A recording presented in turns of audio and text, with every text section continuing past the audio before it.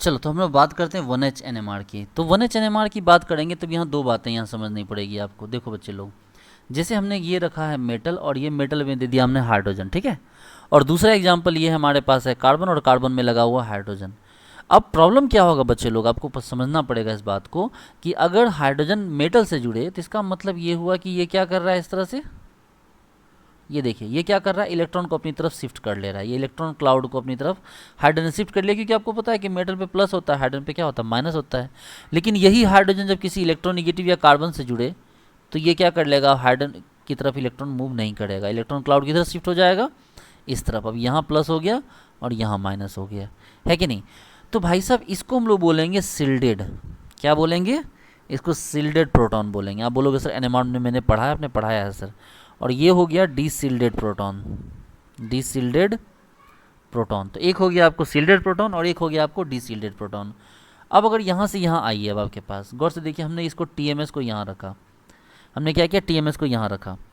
अब टीएमएस अगर यहाँ पर है तो गौर से देखिए कि मेटल से जो जुड़ने वाले हाइड्रोजन हैं, ठीक है, मेटल से जुड़ने वाला जो हाइड्रोजन है जो क्या हो गया, सिल्डेड हो गया। आपको तो पता है बच्चे लोग बचपन से, आप लोग जब ABCD सीखे तो उसी टाइप से जान रहे हैं आप ये बात कि इस साइड में क्या होता है, आपको इस साइड किसका होता है, इस साइड सिल्डेड का होता है, सिल्डेड H का होता है। और ये जो साइड होता है ये क्या होता है, डीसिल्डेड H का होता है।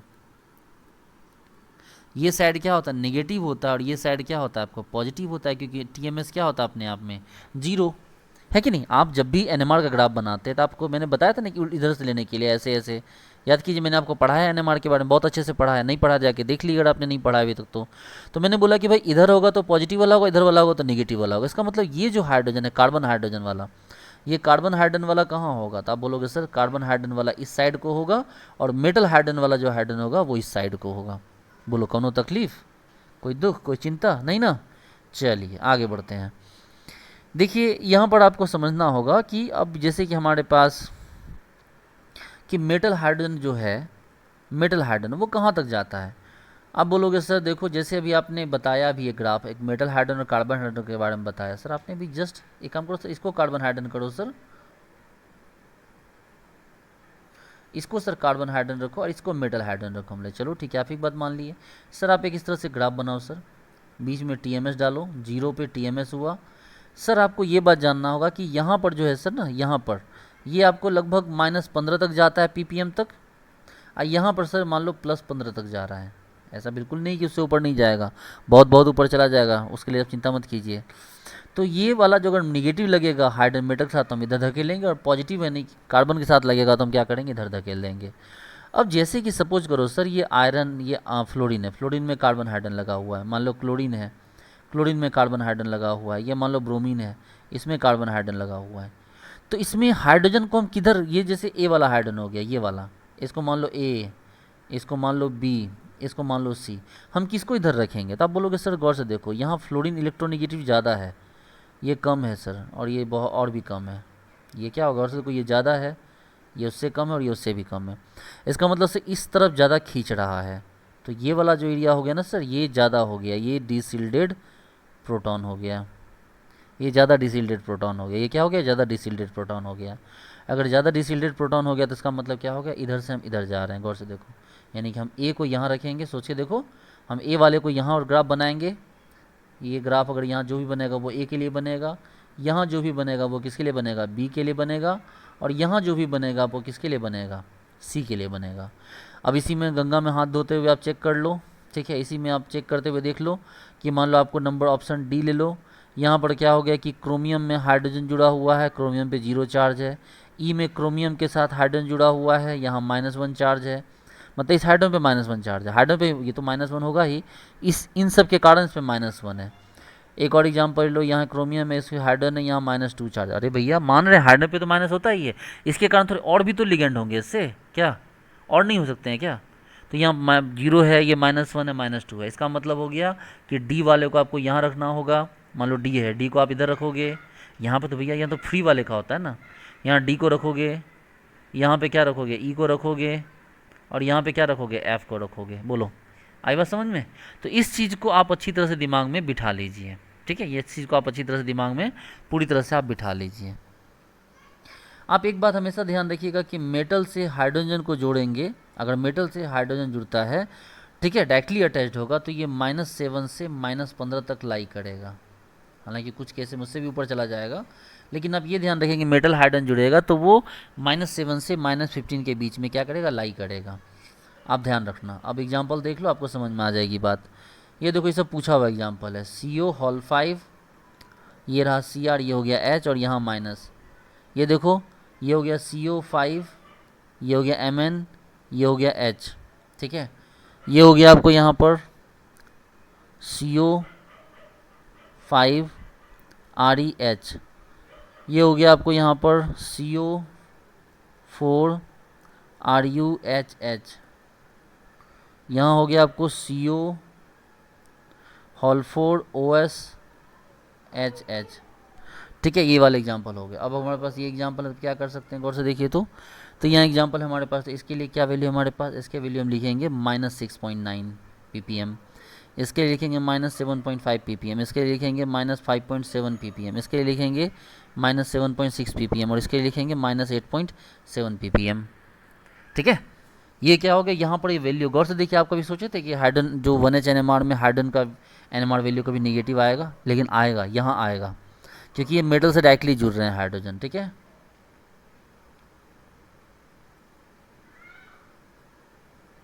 एक सेकंड रुक जाइए।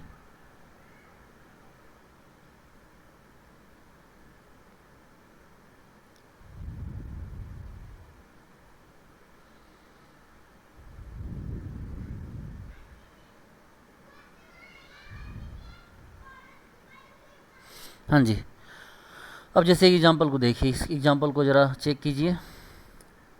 ये देखिए, ये आयरन है, ये CO है, ये CO है, ये CO है, ये CO है, ठीक है। और यहाँ पे हाइड्रोजन है इस तरह से।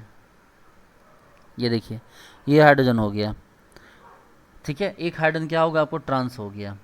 अब आपसे पूछा जा रहा है कि बताओ भाई कि यहाँ अगर ये ट्रांस हो गया तो क्या करेगा ये, तो ये आपको यहाँ क्या करेगा और दूसरा एग्जांपल एक और ले लो, FeCO, CO, CO, ये H और ये CO, ठीक है। आपसे सवाल पूछा गया कि बताओ भाई, दो एग्जांपल हैं आपके पास और मैं आंसर भी 2 दे दिया गया है, ठीक है। आंसर क्या किया गया है, आंसर 2 दे दिया गया है। एक ऑप्शन दिया हुआ है आपको दे दिया है आपको जैसे -11.1, ठीक है, -11.1 दिया हुआ है। और दूसरा दिया हुआ है आपको ये दूसरा दिया हुआ है दूसरा दिया हुआ है हाँ, ये दिया हुआ आपको -13.1। सवाल का जवाब दीजिए कि -11.1 और -13.1 किससे किसको मैच करवाएंगे। इससे सामने जो है इसके सामने है या इसके सामने, कौन किसके सामने, ये A और ये B मैच करवाइए, 1 ये 2। आप बोलोगे सर देखो सर, ये इसमें आमने सामने CO नहीं है sir. No doubt hydrogen metal से जुड़ गया तो निगेटिव तो होना है, उसमें कोई शक की बात नहीं। लेकिन सर ये गौर से देखिए, यहाँ पर CO इसके आमने सामने नहीं है सर। CO का काम क्या होता है, CO अगर दे रहा है तो वापस भी तो इलेक्ट्रॉन मांग रहा है। सोच के देखो कि CO इलेक्ट्रॉन चूंकि दिया है तो इलेक्ट्रॉन क्या कर रहा है, वापस ही मांग रहा है। तो क्या करेगा, उसको इलेक्ट्रॉन देना भी पड़ रहा है। अब हाइड्रोजन के पीछे कोई सपोर्ट नहीं है, हाइड्रोजन को पीछे से कोई दे नहीं रहा है, हाइड्रोजन के पीछे से कोई खींचने वाला नहीं है। सोच के देखो, हाइड्रोजन के पीछे से कोई खींचने वाला नहीं है। अगर हाइड्रोजन के पीछे से कोई खींचने वाला नहीं रहेगा तो वो अपनी जगह पे कांस्टेंट रहेगा। लेकिन यहाँ देखो, यहाँ पर ये CO जो है Fe से इलेक्ट्रॉन मांग रहा है कि भैया इलेक्ट्रॉन दो हमको। और जब वो इलेक्ट्रॉन उससे देगा तो वो क्या करेगा, हाइड्रोजन से इलेक्ट्रॉन खींचे, मान लो ठीक है, थोड़ा बहुत इंडक्टिव इफेक्ट से तो खींचेगा ना। तो हाइड्रोजन का क्या हो जाएगा, हाइड्रोजन का जो वैल्यू होगा वो और ज़्यादा हो जाएगा, ठीक है। तो अगर वो वैल्यू और ज़्यादा हो जाएगी तो वो किधर जाएगा, सोच के देखो वो किधर जाएगा। तो सर वो इस तरफ जाएगा सर, इस तरफ मूव करेगा। अगर इस तरफ मूव करेगा तो क्या होगा, वो पॉजिटिव की तरफ जाएगा। और अगर पॉजिटिव की तरफ जाता तो ये पॉजिटिव की तरफ ज़्यादा है कि ये वाला ज़्यादा पॉजिटिव की तरफ है। अब आंसर सोच के दो, मैंने क्या बोला ध्यान दो। ये देखो, ये हाइड्रोजन लग गया ड्यूटी पे इस CO को खाना खिलाने में, लेकिन यहाँ हाइड्रोजन की ड्यूटी ऐसी कुछ नहीं है क्योंकि आमने सामने कोई CO नहीं है ट्रांस इफेक्ट करने के लिए। लेकिन यहाँ CO है सामने में, इसका भी CO है सामने में जो इलेक्ट्रॉन खींच रहा है। तो जब इलेक्ट्रॉन को खींचता है तो क्या होता है, वो तो डीसिल्डेट होता है, तो डीसिल्डेट इस डायरेक्शन में जाता है। अब आप ही बताओ कि इसके सामने हम इसके सामने इसको रखें कि इसके सामने इसको रखें, या इसके ऐसे कैसे क्या करें। आप बोलोगे नहीं सर, आंसर यही सही है, सामने सामने, क्यों सर? क्योंकि ये खींच रहा है तो इसका मतलब ये इस तरफ मूव करेगा, जबकि ये सर यहाँ नहीं खींच रहा है तो ये पीछे ही रहेगा। अभी जीरो तो बहुत दूर है, लेकिन ये क्या हो गया आपको, ये वाला आपको यहाँ पे आएगा, जबकि ये वाला क्या हो जाएगा आपको यहाँ पे आ रहा है। आई बात समझ में? चलो वेरी गुड, बहुत अच्छे। नेक्स्ट देखो, जैसे हमने बात की आपके पास ये रहा प्लेटिनम, ये रहा क्लोरीन, ठीक है, ये रहा PeT3, ये एक और रहा ET3P, और यहाँ रहा H, ठीक है। अगर ये आपके पास है तो इसका क्या हो जाएगा? आप बोलोगे सर ये ज़्यादा नहीं, -16.8 हो जाएगा। अरे भाई आपको मैं याद नहीं करने बोल रहा हूँ, बस आपको बता रहा हूँ कि आप समझिए इस चीज़ को, ठीक है। अब आप एग्जांपल देखिए, ये रहा Fe, ये रहा प्लस, ये रहा आपको यहाँ ऐसे, और ये रहा H। इसका ऑक्सीडेशन स्टेट कितना है भैया, ज़रा चेक करके बताओ। तो ऑक्सीडेशन स्टेट से कितना हो गया आपको, माइनस मतलब +4 हो गया। देखो ना, एक माइनस एक माइनस एक माइनस और एक प्लस ऑलरेडी बाहर है, तो 3 माइनस उस पार जाएगा तो क्या हो जाएगा 3 प्लस, और प्लस ऑलरेडी है तो क्या हो गया 4 प्लस हो गया। अब इसका क्या करना है आपको, इसका IR वैल्यू मतलब इसका जो है NMR निकालना है, 1H का वैल्यू। आप बोलोगे कितना होगा सर? सर सबसे पहली बात तो गौर से देखिए, मेटल से जुड़ा हुआ है, तो मेटल से जुड़ते ही तय हो गया कि निगेटिव होगा, मेटल से जुड़ते ही तय हो गया कि क्या होगा, निगेटिव होगा। लेकिन चूंकि इतना ऑक्सीडेशन स्टेट आ गया, इलेक्ट्रॉन को डिसिल्ड कर रहा है ये, इसलिए मेटल से होने के बावजूद भी इसका वैल्यू ज़्यादा नहीं आएगा, -2.1 आएगा। आई बात समझ में कि वैल्यू कितना आ गया, -2.1। हरी बात समझ में? जैसे इसी पे देखो, ये रहा Fe, यहाँ रहा CO, ये रहा CO, ये रहा C, और ये रहा H। इसका ऑक्सीडेशन स्टेट क्या हो गया, इसका ऑक्सीडेशन स्टेट +1 है सर, तो इसका क्या हो जाएगा, 1H का वैल्यू कितना हो जाएगा सर? तो इसका -2.1 था, लेकिन यहाँ तो +1 है, +1 ज़्यादा ऑक्सीडेशन स्टेट है भी नहीं, इसका मतलब से इसका माइनस लगभग 8.71 के आसपास हो जाएगा। आप समझ जाओगे, 2 एग्जाम्पल दे देगा और एक का वैल्यू आप इस तरह से दे देगा, तो आपको समझ में आ जाएगी हाँ भाई किसको कहाँ रखना है, ठीक है। अब एक क्वेश्चन कीजिए, क्वेश्चन कीजिए यहाँ पर, FeH CO whole 4 Fe CO whole 3, एक Cl है, मतलब Cl भी है इसी में, और ये आपके पास क्या हो गया, H हो गया, इसका निकालना है। दूसरा क्या हो जाएगा हमारे पास, मान लो Cl2 हो गया, CO होल 2 FeH, इसका हो गया, ठीक है। अब वैल्यू चेक कीजिए, वैल्यू दिया हुआ एक आपको दिया है -9.2 ppm, दूसरा दिया हुआ है आपको -3.4 ppm, और तीसरा दिया हुआ आपको 5.6 ppm, ठीक है। अब ज़रा बताइए कि किससे किसको मैच करवाइएगा। आप बोलेगा सर बड़ा सिंपल है सर, देखो यहाँ पर क्या हो गया, इस 2 क्लोरीन के कारण यहाँ आयरन पे 2 प्लस है, हाइड्रोजन कारण भी प्लस है, तो ये रहा सर +3। सर यहाँ एक क्लोरीन एक हाइड्रोजन तो क्या हो गया +2, और सर यहाँ सिर्फ एक हाइड्रोजन तो यहाँ क्या हो गया +1। अब आप बताओ कि ये क्या हो जाएगा, इस तरफ कौन जाएगा पहले? तो आप बोलोगे सर सबसे इधर की तरफ, अगर ये 0 ppm, मान लो ये यहाँ पे 0 ppm है, तो 0 ppm के सबसे नज़दीक कौन होगा, +3 वाला। ये सबसे क्या होगा, नज़दीक होगा +3 वाला, तो +3 वाला अगर नज़दीक होगा तो इसका मतलब वैल्यू सबसे कम नेगेटिव होगा, ये वाला। अच्छा सर ये +2 हो गया, +2 हो गया, इसका मतलब ये भी माइनस ही बच्चे लोग, ये +2 हो गया तो +2 वाले को क्या उसके बाद +2 रहेगा, तो यहाँ पर। और सर ये जो हो गया +1 है, तो ये आराम से अपने सामने सामने रह जाएगा, यानी कि आपको अगर ये हम इसको दे देते x y और ये z, तो आप क्या करते, सबसे पहले z को यहाँ रखते, z को जल्द नज़दीक रखते यहाँ पे, उसके बाद क्या करते आप वहाँ y को रखते यहाँ पर, और उसके बाद क्या रखते हैं यहाँ पर x को रखते हैं, ठीक है। तो ये वैल्यू आपको यहाँ पर इस तरह से एडजस्ट करना पड़ता, ठीक है। +3 वाले को सबसे आगे, +2 वाला उसके पीछे, और क्या हो गया +1 वाला सबसे पीछे। ओके बच्चे लोग आगे बढ़ते हैं, ठीक है। मेटल का ऑक्सीडेशन स्टेट हाई होगा तो आप इस चीज़ को ध्यान रखेंगे कि वो बढ़ जाएगा, ठीक है। चलो अब यहाँ पर जो है बड़ा समझने की बात है, आप लोगों ने पढ़ाई है, इस तरफ जाएंगे तो क्या बोलेंगे इसको, अगर पॉजिटिव चार्ज बढ़ेगा इसको बोलेंगे डाउन फील्ड, कुछ चीज़ें बेसिक है जान जाइए। इधर जाएंगे तो ये क्या कहलाएगा, ये कहलाएगा अप फील्ड, क्या कहलाएगा ये कहलाएगा अप फील्ड। ये रहा मेटल हाइड्रोजन, मेटल हाइड्रोजन पे क्या हो गया आपको M+ चार्ज है, अगर चार्ज है तो ये डिसिल्डेड हो गया, और मेटल हाइड्रोजन है इसके ऊपर क्या हो गया माइनस चार्ज आ गया, तो ये क्या हो गया सिल्डेड हो गया। अब बोलोगे सर ये सब चीज़ें हमें पता है सर, ठीक है, पता है ये चीज़ें हमने, हाँ सर पता है। तो फिर एक काम करो, ये रहा आपके पास metal hydrogen metal hydrogen metal, और ये रहा सर मेटल मेटल मेटल, और यहाँ जुड़ा है हाइड्रोजन। आपको इन सभी केसेज में जो है आपको बताना है कि सर यहाँ पर जो एनएमआर का वैल्यू होगा वो ज़्यादा किसका आएगा। तो एनएमआर का वैल्यू ज़्यादा इधर कौन आएगा, डाउन फील्ड में कौन होगा, ये 0 है, 0 ppm। ये रहा ए, ये रहा बी, और ये रहा सी। रखिए किसको कहाँ रखिएगा।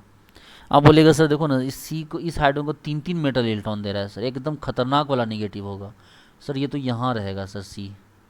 सर 20 को 2 को हाइड्रोजन दे रहा है सर, तो इसका मतलब ये यहाँ रहेगा सर। और सर ये वाले को एक ही दे रहा है, इसका मतलब ये क्या रहेगा, आपको कम इलेक्ट्रॉन आ रहा है उसके ऊपर, तो ये यहाँ रहेगा। कोई दुख तकलीफ नहीं ना, ठीक है। चलिए ओके, इसी में आपसे पूछ देगा बताओ भाई डिसिल्डेड नेचर किसका है ए बी सी में। आप बोलोगे सर डिसिल्डेड कौन होगा sir, A greater than B greater than C, simple. C को आपको क्या करेगा, सी को 3 मेटल ने सील्ड करके रखा है, बी को 2 मेटल ने सील्ड करके रखा है, और ए को क्या हो गया 1 मेटल ने सील्ड किया, तो क्या हो गया डिसिल्डेड नेचर क्या हो गया ए बी सी। और सील्डेड नेचर हो जाता तो क्या होता है, ये उल्टा हो जाता। बोलो आई बात समझ में। चलिए वेरी गुड, बहुत अच्छे। एक एग्जाम्पल दिया हुआ है यहाँ देखो, CrCO♯5। प्यारे बच्चे लोग, मेरा कोई पर्पस नहीं है आपको ये बताने का कि आप कैसे उसका नेगेटिव वैल्यू को निकालेंगे। मैं बस आपको कंपेयर करके, अगर 2-3 एग्जाम्पल ऑप्शन दिया हुआ है उसमें मैं आपको चूज करने के लिए बता रहा हूँ। ये नहीं सिखा रहा मैं आपको कि वो हाइड्रोजन का नेगेटिव कहाँ से आया, कितना आएगा। अब जैसे ये देखो, ये वाला जो हाइड्रोजन है, ठीक है, इस हाइड्रोजन का आपके पास ये है। और दूसरा एग्जाम्पल एक उठाते हैं, यहाँ देखो एक और एग्जाम्पल उठाते हैं यहाँ पर, जैसे कि है आपके पास CO♯5, यहाँ Cr, ये H, और यहाँ Fe, और यहाँ CO♯4, और यहाँ मान लो क्या हो गया, यहाँ प्लस आ गया। अब आपसे पूछा गया कि बताओ भैया, 2 ऑप्शन है, ठीक है। एक ऑप्शन है आपके पास -19.5 ppm, और दूसरा है -13.2 ppm। आपको चूज करना है किसके सामने किसको रखना है। ऐसे 3-4 एग्जाम्पल भी दे देंगे। आप बोलोगे देखो सर यहाँ माइनस है सर, ये माइनस है, इसका मतलब ये हाइड्रोजन दूर जाएगा, इस तरफ जाएगा। और सर यहाँ प्लस आ गया, इसका मतलब ये हाइड्रोजन इस तरफ जाएगा। तो इस तरफ जाएगा तो क्या होगा, आपको इस तरफ जाएगा तो छोटा नेगेटिव आएगा ना, तो छोटा नेगेटिव मतलब इसका ये, और ये बड़ा नेगेटिव मतलब इसका क्या हो गया ये। बोलो आई बात समझ में। और एक हाइड्रोजन देखो केज स्ट्रक्चर आपको मैं दिखाता हूँ। एक केज स्ट्रक्चर देखिए, ये रहा आपको देखना, आपको एक केज स्ट्रक्चर मैं आपको दिखाता हूँ। मेटल मेटल मेटल मेटल, ये केज स्ट्रक्चर है। आप गौर से देखना ये कैसे होता है केज स्ट्रक्चर। तो ये आपको समझना बात को, ये यहाँ है, रुक जाइए, मेटल मेटल मेटल मेटल, ऐसे यहाँ से यहाँ, यहाँ से यहाँ, यहाँ से यहाँ, यहाँ से यहाँ। एक मेटल और ले लीजिए, एक मेटल यहाँ भी ले लीजिए। अगर मेटल यहाँ है तो ये यहाँ, ये यहाँ, ये यहाँ, और ये यहाँ, और इसी तरह ये यहाँ, ये यहाँ, ये यहाँ, तो क्या हो गया ये यहाँ। ओके, अब इसके बीच में यहाँ पे हाइड्रोजन रखा हुआ जो किसी मेटल से डायरेक्टली नहीं जुड़ा है। ये क्या हुआ, किसी भी मेटल, किसी भी हाइड्रोजन जो है, ये जो हाइड्रोजन है किसी मेटल से डायरेक्टली नहीं जुड़ा हुआ है। ये हाइड्रोजन कहाँ है, तो ये हाइड्रोजन है, आपको किस पोजीशन में बोलते हैं, इस पोजीशन को बोलते हैं इंटरस्टिशियल पोजीशन। इंटरस्टिशियल पोजीशन, कि हाइड्रोजन कहाँ है बच्चा लोग, तो हाइड्रोजन आपको इंटरस्टिशियल पोजीशन पर, अगर हाइड्रोजन इंटरस्टिशियल पोजीशन पे है और किसी मेटल से नहीं जुड़ा हुआ है, इसका मतलब इसका जो एनएमआर वैल्यू हो गया वो 23.2 ppm हो गया। बोलो सर ये सब देखने से अच्छा लोग अंधा हो जाए। भाई अंधा नहीं, ये सब एग्जाम्पल आपको पता होना चाहिए, ठीक है। ये मेटल के क्लस्टर के बीच में है, ये मेटल से जुड़ा नहीं है, इसलिए इसका ppm वैल्यू क्या हो गया, बहुत हाई हो गया। एक दूसरा एग्जाम्पल भी देखिए, ये देखो HCO♯6 CO15-, आपको देख के पता चल रहा है कि सर ये हाइड्रोजन मेटल क्लस्टर के बीच में है सर, क्योंकि एक हाइड्रोजन 6 कोबाल्ट से तो जुड़ेगा नहीं, ये कोबाल्ट ही है बच्चा लोग, ये 6 कोबाल्ट से तो जुड़ेगा नहीं क्या। इसका मतलब हाइड्रोजन कहाँ होगा, 6 के बीच में होगा, इसका मतलब ये भी क्या होगा, प्लस ही होगा सर। ये वैल्यू हो जाएगा 23.2 प्लस, ये देखो समझ रहे हो, ये क्या हो गया, इस तरह का वैल्यू आ गया। अच्छा एक और एग्जांपल देखो, CO11, कोबाल्ट नहीं है ये कार्बोनाइल है, CO11 Fe3H, फिर से वही वाली बात है, 1 to 1 का नहीं है। अगर एक से ज़्यादा मेटल होगा इसका मतलब मेटल के बीच में हाइड्रोजन, दो से ज़्यादा हो गया तो मतलब मान लो दो तक में तो पॉसिबिलिटी है कि चलो बीच में वो क्या कर देगा उसको, बीच में वहाँ पर जोड़ देगा उसको, लेकिन तीन हो गए तो मेटल क्लस्टर हो गया बड़ा सा, इसमें भी हाइड्रोजन जुड़ा नहीं है, तो हाइड्रोजन का जो ppm वैल्यू कितना हो गया 15.5 यानी कि प्लस। ठीक है, यहाँ पर क्या हो गया, ऐसा हो गया। लेकिन फिर से इसी में एक ऐसा एग्जांपल देख लो, यहाँ देखो CO hall 2 RH rhodium 13H3, फिर से देखो अब ये हाइड्रोजन क्या हो गया, ये 2 माइनस हो गया। अब ये सिंगल हाइड्रोजन नहीं है जो आप इसको कैविटी हाइड्रोजन बोलोगे, ये हाइड्रोजन कितना हो गया -29.3। अब बोलोगे सर ऐसे लग रहा है जैसे शेयर मार्केट का उठापटक चल रहा है। भैया मेरे हाइड्रोजन सिंगल हो तो वैल्यू क्या होगा, हाइड्रोजन सिंगल और मेटल मल्टीपल, मेटल क्या हो जाए मल्टीपल, तो आप ऐसे केस में क्या लगा दोगे, आप हाइड्रोजन सिंगल और मेटल मल्टीपल, इसका मतलब हाइड्रोजन का वैल्यू क्या होगा पॉजिटिव, और वो भी बड़ा वाला पॉजिटिव। लेकिन हाइड्रोजन भी मल्टीपल हो और मेटल भी मल्टीपल हो तब भी क्या हो जाएगा, ये निगेटिव होगा। ठीक है, ये क्या हो जाएगा आपको, ये निगेटिव हो जाएगा। वो निगेटिव भी क्या, बड़ा वाला, छोटा वाला निगेटिव नहीं। समझ बात को। चलो अब बताओ एक एग्जाम्पल को, एक क्वेश्चन मैं आपसे पूछ रहा हूँ, आपको बताना है कि पॉजिटिव होगा कि निगेटिव होगा। ये देखो HRU6 CO हॉल 8, हॉल 8 नहीं हॉल 18, हाँ जी हॉल 18 है। आपको बताना है इसमें H का वैल्यू क्या होगा। एक वैल्यू देखो, एक वैल्यू में दे रहा हूँ, ऑप्शन चूज करना, +23.5 -23.5 +2.3 -2.3। आप बोलोगे सर गौर से देखिए, सिंगल हाइड्रोजन है सर और वो भी कैविटी के बीच में है सर। सर सिंगल हाइड्रोजन है कैविटी के बीच में, इसका मतलब किसी मेटल से जुड़ नहीं रहा है, सिंगल हाइड्रोजन है जुड़ नहीं रहा है सर। इसका मतलब निगेटिव की तो पहले बात ही खत्म करो सर, निगेटिव को तो पहले ऐसे हटा दो। और सर ये भी आपने देखा था कि कैविटी के अंदर जो हाइड्रोजन का वैल्यू बहुत बहुत ज़्यादा होता है, तो सर ये भी नहीं होगा सर। इसका आंसर कौन सा हो जाएगा, ये हो जाएगा। आई बात समझ में। चलो एक एग्जांपल और देख लो इसमें, ये देखो हमारे पास ऐसे है, यहाँ पर ये टंगस्टन है, ये H है, यहाँ CO, यहाँ CO, यहाँ CO। इसका वैल्यू कितना हो गया था, आप बोलो सर इसका वैल्यू -7.5 ppm। मैंने बार बार बोल रहा हूँ प्यारे बच्चे, चलो याद नहीं करना है आपको, बस दिमाग में बिठाइए उसको कि हाँ मतलब निगेटिव होता है यहाँ पर। ठीक है, अब चलो यहाँ देखो, ये देखो यहाँ ऐसे, यहाँ मेटल जुड़ा है, भैया इसके पास हाइड्रोजन है, लेकिन ये सब कोई भी हाइड्रोजन क्या हुआ है ना, मेटल से नहीं जुड़े हुए हैं ना। ये हाइड्रोजन क्या हुआ, कोई भी मेटल से नहीं जुड़ा हुआ है। अगर हाइड्रोजन मेटल से नहीं जुड़ा हुआ है तो इसके लिए ppm वैल्यू कितना आ जाएगा, प्लस में आ जाएगा। ये देखो ये आपको 4 ppm के आसपास आ जाएगा। आ रही बात समझ में। ये एक ब्रॉड सिग्नल आएगा, मतलब 5 हाइड्रोजन का 1 सिग्नल आएगा, 1 सिग्नल, सिग्नल तो 1 ही आएगा, लेकिन ये क्या हो जाएगा, इसका जो ppm वैल्यू होगा वो निगेटिव ना होकर पॉजिटिव होगा, क्योंकि मेटल से डायरेक्टली नहीं जुड़ रहा है। आई बात समझ में।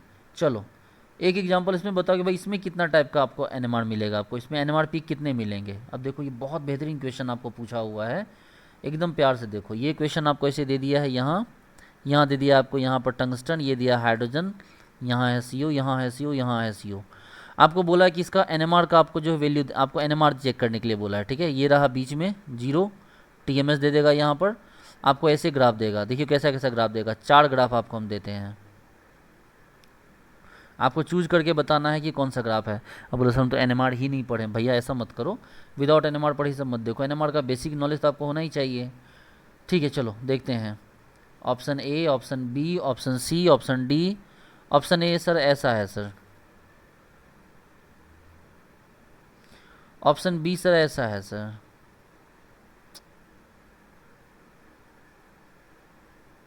सर ऑप्शन C जो है वो ऐसा है,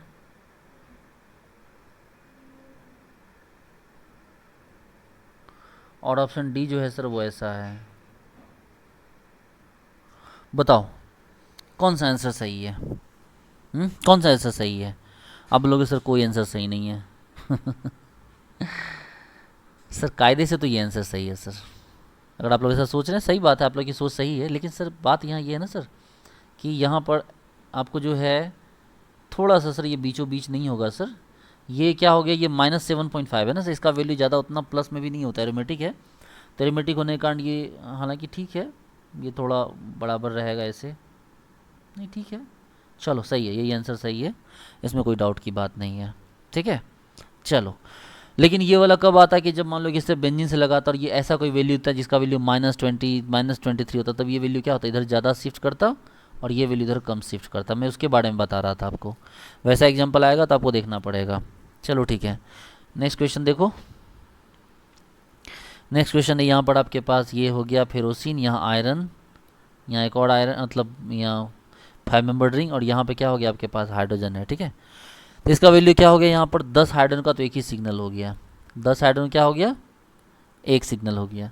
और इसका पीपीएम वैल्यू कितना हो गया 4.04 पीपीएम।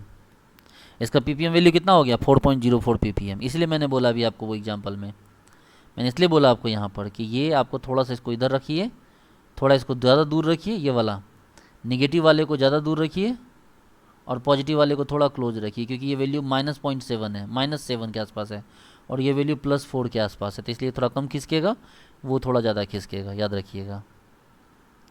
चलिए ठीक है, अब यहाँ से हम आगे बढ़ते हैं। क्या करें भाई यहाँ पर, तो चलो ये हमारे पास हो, हाँ इसका इसका कैसा ग्राफ बना, इसका इस वाले का ग्राफ क्या बनेगा सर, ये वैसे बनेगा 0 के इधर 4 पे सिंगल बन जाएगा चार्ट, उसमें क्या है 4 to 5 ppm के बीच एक ब्रॉड सा पीक बन जाएगा ऐसे। अब 10 हाइड्रोजन है तो उसका हाइड्रोजन का पीक क्या होगा, वो भी अलग अलग है, तो अब शार्प पीक तो बनेगा नहीं। चलो ठीक है, ये देखो यहाँ पर आपको जो हो गया इस टाइप का एग्जांपल समझ गए, चाहे फेरोसिन हो, चाहे आपको रुदेनोसिन हो, चाहे ऑस्मियोसिन हो, कुछ भी हो। आप मतलब नहीं समझ रहे बात को, ये 5 मेंबर्ड हो, इसके बीच में आपके पास कोई मेटल हो, भाई सबके साथ वही केस आएगा, क्योंकि सबके पास 10 हाइड्रोजन है, बस सिग्नल आपको लमसम थोड़ा ऐसा आ जाएगा, शार्प नहीं आएगा, थोड़ा ब्रॉड सा सिग्नल आएगा, और 10 हाइड्रोजन का एक सिंगल सिग्नल आ जाएगा। ठीक है, 10 हाइड्रोजन का सिग्नल क्या हो जाएगा, एक सिंगल सिग्नल आ जाएगा, इस बात को आप ध्यान रखिएगा। ठीक है, ओके, तो चलिए नेक्स्ट आगे देखते हैं हम लोग। जैसे कि हमने क्या किया कि एग्जाम्पल देखा, यहाँ पर आपको एक अलग से एग्जाम्पल हम लोग उठा रहे हैं।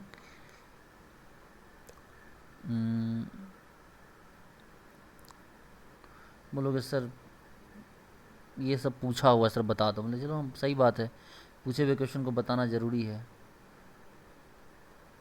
देखो ना यहाँ पे 2+ दिया हुआ, क्या ही फ़र्क पड़ता है 2+ से।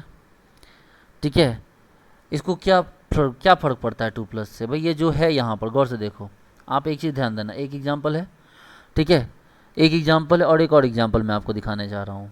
ठीक है, एक और एग्जाम्पल मैं आपको दिखाने जा रहा हूँ, ज़रा गौर से देखना इन एग्जाम्पल को, आपको कुछ समझ में आएगा।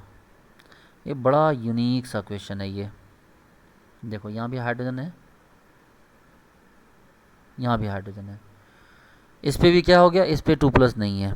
ठीक है, इस पे क्या होगा 2+ हो गया। आपसे पूछ रहा है कि बताओ इन दोनों में से जो NMR हो गया, HNMR, H का वैल्यू NMR HNMR किसका ज़्यादा हो गया। आप बोलो किसका ज़्यादा होगा, 2+ है सर, मेटल है तो क्या होगा, इसी पे ना ज़्यादा होगा, यहाँ तो कोई चार्ज है नहीं सर, यहाँ तो ज़्यादा होगा नहीं। हमने अच्छा ऐसा नहीं है आपको पता है एक बात, बहुत एक्सेप्शनल एग्जांपल है, इसका वैल्यू तो 4.12 है, आपको पता है कि इसका जो PPR है क्या हो गया 4.12 ppm है, लेकिन आपको पता है इस हाइड्रोजन का ppm कितना है, सोच के दिमाग खराब हो जाएगा, 290। और उसका रीजन भी है, गौर से इलेक्ट्रॉन जोड़ोगे, रुदेनियम क्या हो गया, आयरन रुदेनियम, तो S2D6 मतलब 8, ऊपर 6 नीचे 6, 6 दूनी 12, 12 8 20, और 20 में से 2 गया 18, ये 18 इलेक्ट्रॉन को फुलफिल कर रहा है। इसमें चेक करो, ऊपर 6 नीचे 6 और बीच में स्कैंडियम ट्रिटेनियम वेनाडियम है, वेनाडियम के पास क्या होता है S2D3 मतलब 5, 6 दूनी 12, 12 5 17। सर ये क्या हो गया है, ये तो ऑक्टेट से कम है सर, तो ऑक्टेट से कम है तो अपना ऑक्टेट के लिए वेनेडियम क्या किया, हाइड्रोजन पे अत्याचार करके रख दिया, इतना इलेक्ट्रॉन खींचा, इतना इलेक्ट्रॉन खींचा, अपना इलेक्ट्रॉन पूरा करने के लिए इस बच्चे का जान ले लिया। और चूंकि इतना ज़्यादा खींचा, ये क्या हो गया, डिसिल्डेड होकर बहुत दूर चला गया, डिसिल्डेड होकर बहुत दूर चला गया, तो यहाँ 0 है, यहाँ जाके क्या हो जाएगा 290 ppm हो गया। एक्सेप्शनल एग्जाम्पल है ये, जब हम इसको चेक करते हैं तो पता चलता है ये चीज़ें। ठीक है, आपको बस ये चीज़ों का ध्यान रखना है। और वैसे ही जरा से इसको एक इलेक्ट्रॉन दे दो, बस इसको थोड़ा सा सिर्फ क्या करो, एक इलेक्ट्रॉन दे दो बस इसको, इस वाले एग्जाम्पल को। ठीक है, इस वाले को क्या करोगे, जैसे ही एक इलेक्ट्रॉन दे दोगे, अब ये जैसे ही 17 से 18 इलेक्ट्रॉन हो गया, वैसे ये जो हाइड्रोजन है इसका वैल्यू घट के हो जाएगा 3.2 ppm। हाँ, शेयर मार्केट शर्मा जाए इस चीज़ को देख के, नहीं समझे बात को, मेरी बात का मतलब समझो प्यारे बच्चे लोग कि ये बेंजीन है, इसमें हाइड्रोजन है, यहाँ पे लगा है वेनेडियम, यहाँ पे ऐसे लगा हुआ है। आप समझने की कोशिश करना, इस हाइड्रोजन का जो वैल्यू है ppm इसका 290 ppm है, जबकि इसी से मिलता जुलता एक एग्जांपल अगर हम लेते हैं, यार भैया कहाँ है, 7 मेंबर बन गए, 6 मेंबर बनाना है ना।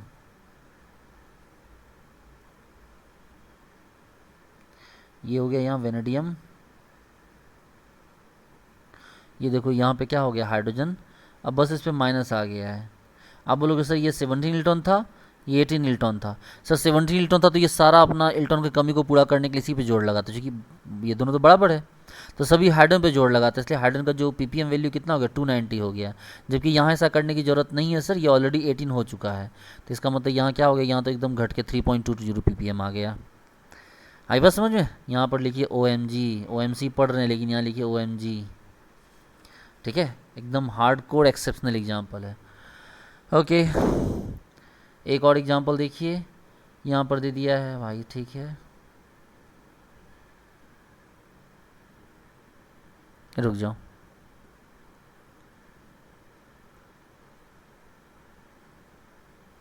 देखो CS3 हॉल 4 टेंटेलम CS3 एक ही है, मतलब हॉल 4 के बदले हॉल 5 समझिए ना, CS3 सब वही लगा हुआ है, ठीक है। यहाँ पर इसका क्या हो जाएगा, इसका NMR क्या होगा सर, ये मेटल थोड़ी जुड़ा है सर, जितना हो ना CS3 में जितना होता है 0.8 2 या 1 के आसपास में वही होगा। हाँ, अब आप बात समझ गए कि ये हाइड्रोजन मेटल से नहीं जुड़ा हुआ, इसलिए इसका जो ppm वैल्यू होगा वो कितना होगा, कम होगा, मतलब पॉजिटिव में जितना नॉर्मल CS3 का होता है उतना ही है। चलो ठीक है, लेकिन वही देखो यहाँ पर कि ये जो हो गया आपके पास टेंटेलम हो गया, ये देखो ये टेंटेलम हो गया, इससे ऐसे पाई बॉन्ड जुड़ गया हमारे पास। अब इस हाइड्रोजन क्या हो जाएगा सर, ये पाई बॉन्ड से जुड़ा है, तो पाई बॉन्ड जुड़ा है तो क्या हो जाएगा 9 to 10 हो जाएगा, यानी कि पाई बॉन्ड में 4 to 5 होता है, लेकिन यहाँ पर क्या हो गया, ये डिसिल्डेड हो गया, ठीक है। यहाँ पर क्या हो गया आपको, डिसिल्डेड क्यों है भाई, क्योंकि इसमें आपको एक प्लस यहाँ से लगा हुआ है, एक जो है CP यहाँ से इलेक्ट्रॉन खींच रहा है, एक CS3 यहाँ से खींच रहा है, तो 1 2 3 4 5 भाई साहब टेंटेलम पे क्या हो गया, बैंड बज गई है टेंटेलम की, +5 चार्ज हो गई। यहाँ भी +4 चार्ज था, लेकिन यहाँ इससे क्या था, कार्बन हाइड्रोजन था सिंपल तो कम था, यहाँ +5 भी हो गया। दूसरी बात, एक तो पाई बॉन्ड पे हाइड्रोजन है, पाई बॉन्ड किससे जुड़ा है, एक +5 वाले मेटल से, इसका क्या हो गया ppm वैल्यू बहुत ज़्यादा हो गया। डोंट वरी, आपको कुछ भी याद करने की ज़रूरत नहीं, बस आपको समझने की ज़रूरत है, ठीक है। आपको यहाँ याद कुछ भी नहीं करना, आपको यहाँ समझना है कि यहाँ पर मैं बताना क्या चाहता हूँ, क्यों प्लस क्यों माइनस, बस यही पर आपको सीखना है कि y plus and y minus, y so much and y so much down. तो आज की क्लास में हमें यही सीखा है हमने, ठीक है, आज की क्लास में मेनली हमने यही सीखा। अच्छा, एक लास्ट क्वेश्चन देख लेते हैं हम लोग, ठीक है, इसके बाद हम लोग यहाँ से आगे बढ़ेंगे। ओके, हमारे पास यहाँ गौर देखिए CHH इस तरह से है, इस वाले हाइड्रोजन का वैल्यू कितना हो गया, यहाँ वैल्यू 4 ppm। अब बोलो सर अभी तो 9-10 बताते, मतलब बच्चे लोग 9-10 तो तभी बताया ना जब टेंटेलम पे +5 था, वो तो डिसिल्डेड हो गया तभी तो ऐसा हुआ, इलेक्ट्रॉन खिंचा गया उस +5 के कारण। चलो, ये तो फ्री है, तो फ्री का तो वैल्यू क्या होता है 4 ppm होता है। लेकिन एक और एग्जांपल देखो, ये रहा निकेल, निकेल को 3 साइड से डबल बॉन्डों ने घेर लिया है, इधर से ये, इधर से ये, इधर से ये। अब ये जो हाइड्रोजन होगा, इसका हाइड्रोजन का वैल्यू क्या होगा, बोलो सर ये जो हाइड्रोजन है ना ये नॉर्मल नहीं है सर, मेटल से जुड़ चुका है, तो अब इस हाइड्रोजन का जो वैल्यू होगा ना वो घट जाएगा सर। अगर ये 4 है तो इस 4 से भी घट जाएगा, ये क्या हो जाएगा 3 हो जाएगा। अरे भैया क्यों होगा ये निगेटिव, कोई मेटल से जुड़ रहा है क्या ये हाइड्रोजन, ठीक से सोचिए, थिंक प्रॉपरली, अच्छे से सोचिए, आपको समझ में आ जाएगी बात। ओके, ठीक है डियर स्टूडेंट, तो अब हम लोग नेक्स्ट क्लास में यहाँ से स्टार्ट करेंगे एगोस्टिक इंट्रैक्शन। हमारा नेक्स्ट टॉपिक होगा एगोस्टिक इंट्रैक्शन। उम्मीद करता हूँ कि आपको ये टॉपिक अच्छे से समझ में आ गया होगा। तो मिलते हैं नेक्स्ट क्लास में एगोस्टिक इंट्रैक्शन के साथ, और आपको ये टॉपिक बहुत अच्छे से पढ़ाया समझाया जाएगा। ठीक है डियर स्टूडेंट्स, चलिए, thank you so much, have a good day, bye.